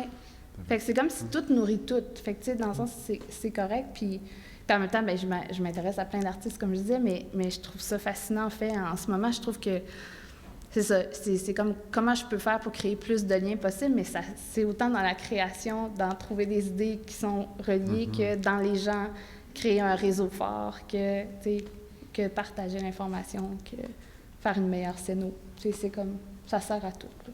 Très bien, ça. Puis l'éducation vers l'éco-conception, est-ce que vous sentez... Bien, ça se fait de plus en plus, je sais qu'il y a des formations, que la passion des formations, éco-scéno aussi. Est-ce que vous sentez que les théâtres, les compagnies de théâtre sont bien outillées pour comprendre?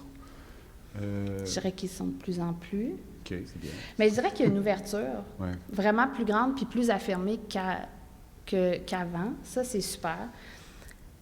On sent parce que, tu sais, je veux dire, avec Écocéno, tu sais, avec Anne-Catherine, on donne une formation, puis ben là, c'est rendu avec Benoît depuis quelques semaines, mais moi, je trouve qu'on le voit, en fait, les gens se questionnent, puis c'est drôle parce que la première question qu'on pose, c'est est-ce que vos valeurs personnelles sont en accord avec vos valeurs professionnelles? Puis c'est pour ça que les gens viennent. C'est que là, ils font, je fais tellement d'efforts dans ma vie, c'est tellement important, puis je scrape tout ça dans le professionnel, ça n'a plus d'allure. Fait que c'est ça. Fait que je dirais qu'on sent, là, parce que là, il y a des gens qui viennent, des institutions qui viennent nous voir pour qu'on les forme, puis qu'on les aide pas juste à la technique, là, tu sais, qu'on forme les équipes au complet. Fait que ça, c'est intéressant. Puis moi, je le vois par les discussions que j'ai en ce moment, puis les solutions que, juste en discutant avec les gens, on réussit à trouver, puis qui vont avoir des répercussions importantes, là, tu sais. Fait que, je pense qu'ils sont pas encore outillés, mais qui vont l'être de plus en plus. Puis juste le fait d'être curieux puis ouvert, juste le fait qu'on en parle en ce moment, tout à fait, oui. Il y a quelque chose qui se passe, là, tu sais. Et puis il y a de l'ouverture qui se crée parce qu'ils ont vu du résultat aussi, tu sais. C'est toujours de défoncer des portes au début, mais là, tu fais dans les dernières années, tu sais, il y a des choses qui se sont faites, puis tu sais, il y a des solutions qui se sont trouvées, puis on fait « Ah, OK, ça se peut. OK, on va s'y pencher plus. » Des belles scénos, là, tu sais, qui n'ont pas l'air des déchets, puis que tu regardes, puis tu fais pas... C'est pas fait, c'est pas des poubelles, ou c'est pas toujours le même type de décor, c'est que on le voit pas. Ça n'a pas besoin d'être... Ça peut si c'est ton message que tu veux utiliser, mais c'est ça. Avant, il y avait, tu sais, on faisait non, on veut pas récupérer. Puis je te dirais qu'avec la crise des matériaux en ce moment... Ça devient un peu nécessaire. Ça nous aide. Tu sais, moi, je fais comme, c'est vraiment poche. Mais en même temps, tu fais, c'est poche, mais en ce moment, les gens, là, ils font « Oh, mon Dieu, un 2x4, on va en prendre soin. » Super. C'est un bon incitateur, tout à fait. Oui. Pour ça, je trouve que c'est tout à fait... c'est un bon momentum pour ça aussi, quand même. Tu sais, moi, je suis un peu contente. Mais je suis pas contente, mais je suis un peu contente que ça réveille les gens, en fait. Ben, c'est que ça donne finalement aussi, d'une certaine manière, le vrai prix des choses. Ben, si je dis pas que c'est le vrai prix, là, tout ça est oui, c'est un peu abstrait. Ouais. Mais quand même, de savoir, comme se dire qu'un chandail, ben, ça vaut 500 $ à faire plutôt que 5,99 en vente, où il y a quand même une chaîne, puis il y a quand même quelqu'un qui se fait avoir quelque part, ou qui se fait dérober d'une valeur qui est donnée en travail. Il y a beaucoup de monde exploité là, pour qu'on porte des vêtements en bas de 20 $, là, puis même en bas de beaucoup de dollars. Il y a l'industrialisation aussi qui qui est polluante, mais il y a ça qui permet d'avoir une rapidité, puis de la quantité aussi. On le sait que dans la vie, faire de la quantité, plus que... Oui. C'est de faire unique versus faire de la quantité, c'est toujours comme plus avantageux. Là. Un système qu'on retrouve, j'ai l'impression, dans la production du théâtre aussi. Le nombre de productions, le nombre de... Bon, tout ça aussi, la vitesse qu'on a nommée tantôt aussi de production. C'est super. On serait peut-être rendu temps d'avoir des... Si on a des questions du public qui viennent pour nos invités. On voit rien. Ça fait que si vous levez la main, j'ai aucune idée. Oui, c'est ça. Il y a des gens. Ah, bonjour. Ils ne dorment pas. Est-ce que quelqu'un voudrait relancer nos invités sur la question de l'éco-conception? Oui? Je vais m'adresser à Sébastien, que je fais plus de costume, ça m'intéresse. Fait qu'à part, toi, acheter des gros rouleaux puis de récupérer ton tissu, puis c'est sûr qu'on a la chance avec le costume d'envoyer au village des valeurs puis il est continué, mais y a-t-il d'autres pistes de solutions que tu as rencontrées pour l'instant?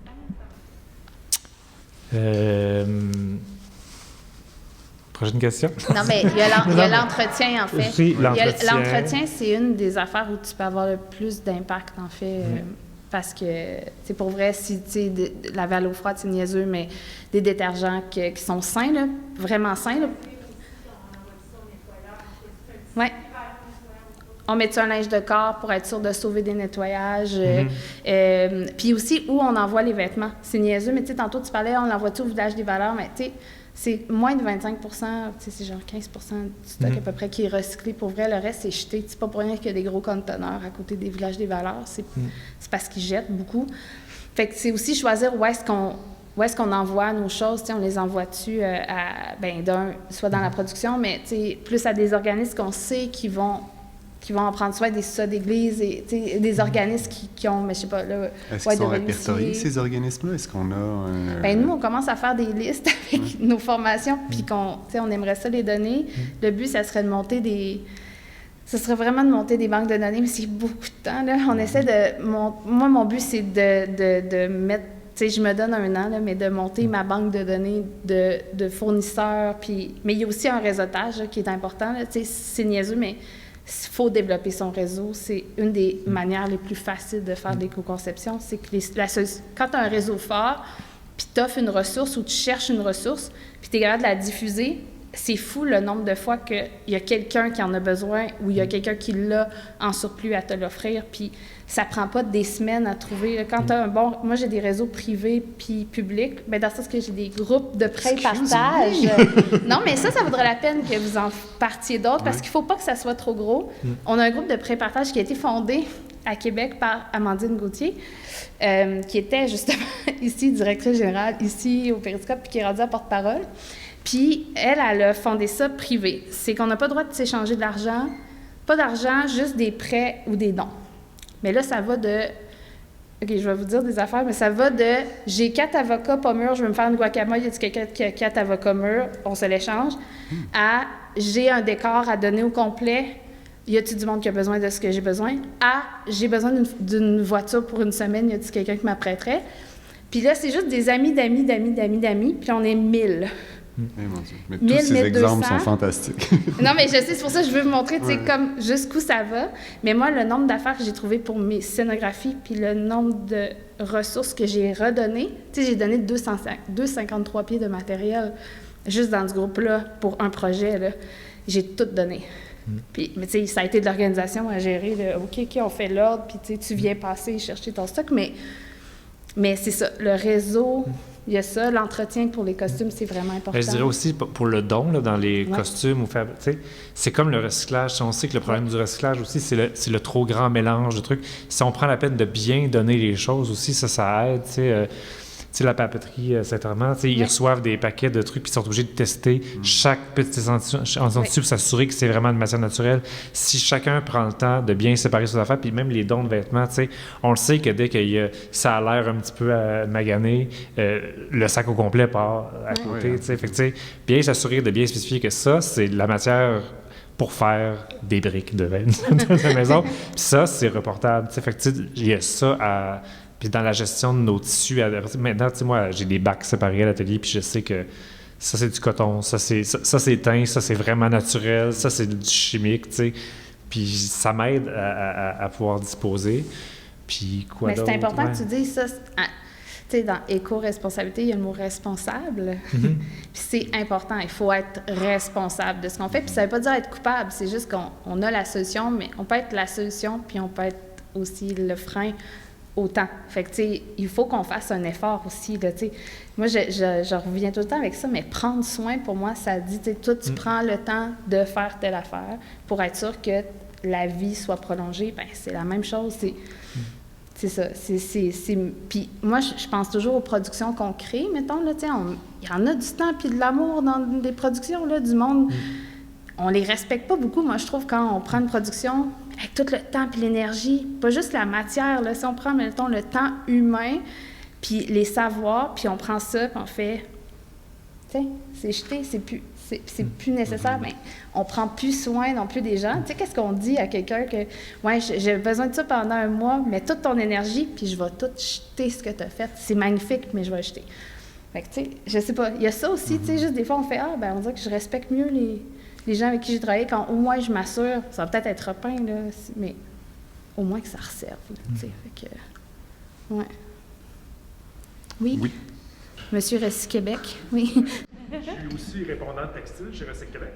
Alors, ça me ferait grand plaisir de partager ma liste de contacts et ressources et idées sur ça. Puis ma question de proposition, est-ce qu'il existe des comités costumiers ou des comités responsables décor pour justement partager ça, genre de communauté de pratique pour que cet effet de contamination éco-responsable-là percole et que ça devienne finalement des pratiques intégrées dans le milieu? Mais non, je dirais qu'il n'y a pas ça. En tout cas, moi, je ne suis pas invitée. Si Marie-Claude n'est pas c'est sûr invitée. qu'il y en a peut-être des privés. Non, mais il y a des communautés. On essaie là, en ce moment de créer des réseaux privés là, de scénographes ou de concepteurs ou de gens du milieu, justement. Là, il y a la communauté culturelle éco-responsable, c'est ça, le bon terme, qu'Éco-Céno a fait. On est en train de faire pour que, OK, il faut qu'on se partage ces pratiques-là. Puis moi, ça fait un petit bout que je me dis, OK, on se fait-tu, aux 6 semaines, on se fait-tu juste un happening tous les lundis soirs, je dis n'importe quoi, mais mettons, de 6 à 8, puis les gens qui sont là, on jase, puis on dit « Hey, moi, j'ai un problème, je cherche ça, je sais pas, j'ai un fuck avec telle affaire, puis on s'aide à trouver des solutions ensemble, ou on se donne les bons coups puis les mauvais coups, puis juste parce qu'on est des concepteurs, puis souvent, on n'est pas toujours ensemble. Tu sais, les concepteurs de décor, moi, je travaille pas avec eux, parce qu'il n'y a pas 4 concepteurs de décor. Tu sais, souvent, on collabore avec les gens des autres disciplines aussi. Puis quand on réussit à se voir, bien là, on se partage des bons trucs. Mais ouais, il faut travailler sur ce réseau privé-là, là, je pense. Là. Je dis privé juste pour qu'on puisse... Pour moi, c'est juste parce qu'on puisse se partager des infos si on veut... Mais c'est assez important. Moi, cette année, j'ai eu la chance, le théâtre Les Écuries à Montréal, organiser les rencontres sectorielles. Puis les concepteurs étaient invités sur Zoom, malheureusement, pour échanger. Mais on s'est aperçu qu'on jase. Depuis Prague, j'ai jamais eu une table de concepteurs à jaser, pas sur un show, pas sur comme un projet en particulier. Juste échanger nos joies, peines et misères tous ensemble. Puis c'est super parce que chacun a une solution ou du moins se voir entre les autres, puis juste avoir ce sentiment d'appartenir à quelque chose, ça fait vraiment beaucoup de bien. Oui, parce que on essaie de développer ces façons de faire là, puis de développer des nouveaux systèmes, mais on les développe toujours en même temps qu'on est en train de faire un contexte créatif avec un produit à livrer. Il n'y a jamais un moment où tu es hors le fait de devoir produire quelque chose, puis de s'asseoir, puis de travailler. Toute la réflexion puis les recherches se font en même temps que tu as ce côté-là de dire, bien, il faut que je livre quelque chose. Alors que, s'il y avait un comité scénographie responsable dans un théâtre institutionnel qui fait juste comme gérer cette chose-là en dehors d'une production... Il y aurait possibilité de... Oui, puis quand on est en production, on est tellement chargé avec le temps qu'on n'a pas le temps d'archiver notre recherche, le protocole ou whatever qu'on a besoin d'avoir. Ça limite toujours un peu l'envergure que pour avoir une bonne idée ou une nouvelle découverte. Oui, puis déjà de la partager rapidement, ça fait au moins qu'elle existe dans plein de têtes, pas juste la tienne. Fait que ça, tu sais, la responsabilité aussi est partagée. Fait que, puis ça permet à l'autre de faire « Ah, c'est peut-être cette information-là qui me manquait, moi, pour aller plus loin puis faire un pas en avant. Tu sais, Ouais, fait puis que- la notion d'intelligence collective Oui. est quand même assez importante. Mm. Des plateformes d'échange de pratiques. Catherine a fait oui. Je- Elisabeth, pardon, je t'ai deviné. Juste l'idée, tu sais, tu sais, juste l'idée d'avoir... Tu sais, Mariana me demandait, tu sais, pour toi, la remise, qu'est-ce qui serait efficace? Puis je disais, tu sais, je fais juste m'asseoir, tu sais, j'arrive à mon atelier le matin, puis je fais... Ce mur-là est rempli de 12 bacs de tissu, j'ai genre 28 housses de costumes, puis ça, c'est juste moi, tu sais. Puis ça, personne ne sait que j'ai ces choses-là. On s'appelle des fois entre nous, tu sais. « Hey, aurais-tu ça dans tes affaires? » Mais tu sais, si tout était tout à la même place... Tu sais, sinon, à chaque fois, c'est comme, mais là, on doit faire une recherche, puis là, tu sais, quelqu'un doit faire, tu sais. Mais si, en mettant tout à la même place, ben, tu fais, ben, je vais y aller, puis je sais que toutes les compagnies de la Ville de Québec ont leur truc à la même place. Fait que si je cherche quelque chose, ben, s'il n'est pas là, il faut se le procurer, tu sais. Mais ce que tu sais pas, en fait, c'est qu'on travaille sur l'idée d'un costumier collaboratif avec toutes les compagnies de théâtre de la Ville de Québec. Fait qu'on en fait, fait que là, en fait, juste dire, là, quand j'ai travaillé sur le plan d'action pour la remise culturelle, j'ai parlé à une trentaine de personnes du milieu. Fait qu'autant les festivals, carnaval, théâtre, musée, puis concepteurs, directeurs de prod, directeurs artistiques. J'ai comme ratissé large. Puis je leur posais des questions, puis je les écoutais par rapport aux demandes, puis tout ça. Puis il y a cette idée-là aussi que j'ai fait développer du monde, puis qu'on a brainstormé sur l'idée de costumier collaboratif. Puis on s'est rendu compte, en parlant avec les gens, qu'on était 3-4 à avoir... Bien, on était plusieurs à avoir cette idée-là. Fait qu'on s'est rencontrés. Mais on s'est rencontrés, puis là, on a pitché, puis on a même déposé un mémoire à la Ville, parce que la Ville de Québec a statuer que tous les départements maintenant seraient gérés selon le développement durable. Bon, on va voir ce qui se fait pour vrai, mais c'est quand même un gros statement, tu sais. Ouais, c'est une belle intention. C'est une super belle intention, puis il a quand même ouvert pour qu'on dépose des mémoires, la remise à déposer, puis tout ça. Puis là, l'idée, ce serait que cette chose-là existe au sein, en fait, de la remise, parce qu'on rassemble tout ça.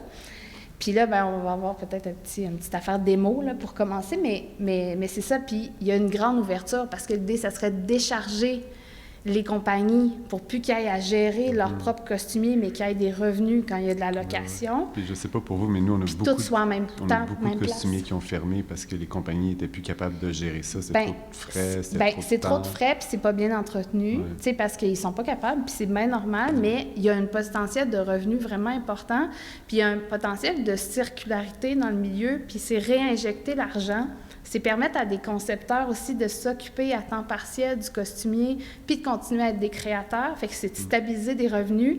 Tu sais, on dirait qu'il y a juste du bon, on va se dire, là-dedans, puis c'est ça qu'on disait même, on pouvait faire passer les tissus de surplus de tous les ateliers qui savent plus quoi faire, ben t'es mets puis sont en vente, ben là, au moins, ça vaut qu'on... Fait que, tu sais, des places de dépôt, des places de dons, fait que, c'est ça, on réfléchit à ça, puis on espère bien fort que ça va exister. On vous le souhaite. Je pense qu'on a le temps pour une dernière question. Oui. Ben, tantôt, je voulais abonder en fait dans le même sens de plein de choses qui ont été dites, mais c'est ça ce qui est. Quand tu parles de communauté de pratique, en fait, puis ça ressortait beaucoup dans ce que vous dites, c'est qu'il faut qu'on sorte de nos silos, puis qu'on collabore de plus en plus. Puis, tu sais, ce que toi, tu vis depuis des années avec les groupes d'échange sur Facebook, puis quand tu fais des annonces, tu sais, nous, avec Écocéno, on le vit pratiquement tous les jours où quelqu'un nous appelle le matin, j'ai besoin de ça, puis l'après-midi, quelqu'un dit « Hey, il faut vraiment que je me débarrasse de ça, est-ce que vous avez ça? » Il y a comme puis on a les systèmes en ce moment informatiques, les moyens numériques de mettre en réseau plus facilement, puis c'est quand même c'est une grosse partie en fait de la magie de ce qu'on vit en ce moment, de réaliser qu'on est capable de faire ces réseaux-là, puis les communautés de pratique. En fait, nous, on se rend compte qu'il y a vraiment beaucoup de gens qui sont prêts à changer, mais qui sont vraiment à la recherche d'inspiration, de pistes d'action, de répertoire, tout ça. Puis on travaille là-dessus aussi. Puis cet après-midi, on faisait un atelier collaboratif en éco-conception. Puis tu vois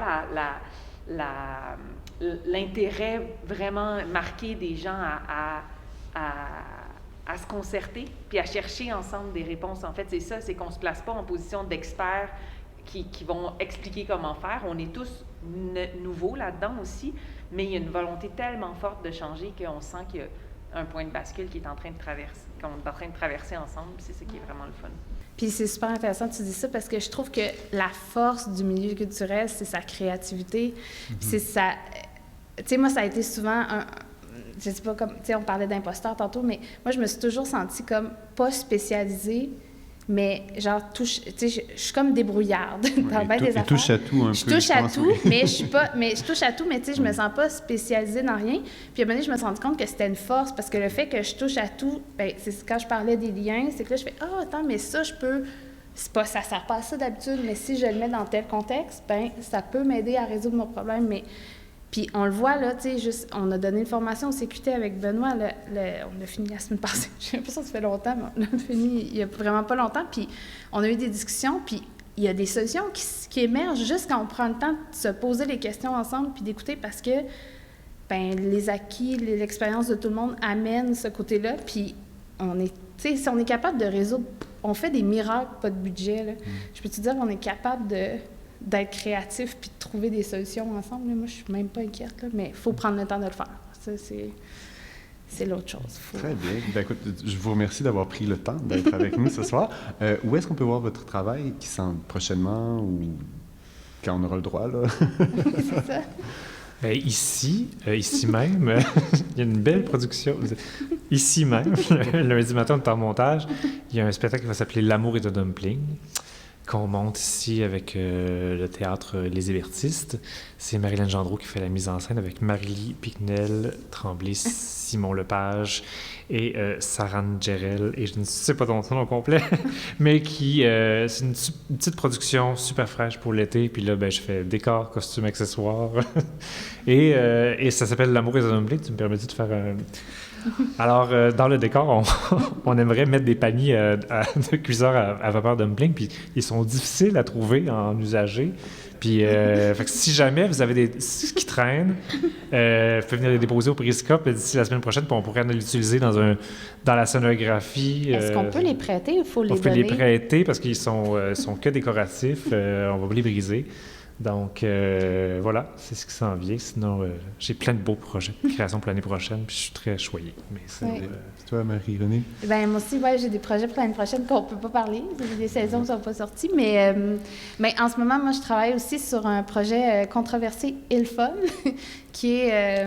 je travaille sur l'exposition Picasso, mais qui est vue sous l'angle de la diversité corporelle au Musée des Beaux-Arts de Québec.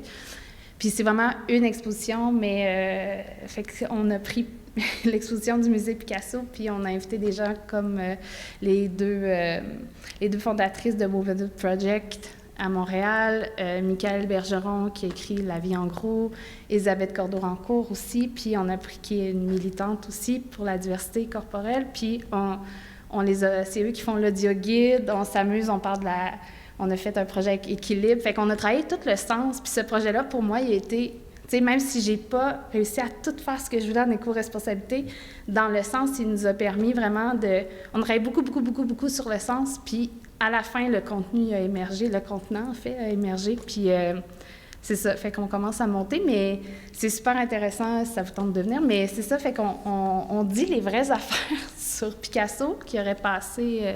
un mauvais quart d'heure dans les dernières années avec MeToo et compagnie. Donc, c'est pas caché. Fait que c'est quand on dit qu'il faut... C'est différent, là, tu sais, cette exposition-là, elle aurait été montée il y a vraiment pas longtemps, genre il y a 2 ans, puis ça serait pas ça.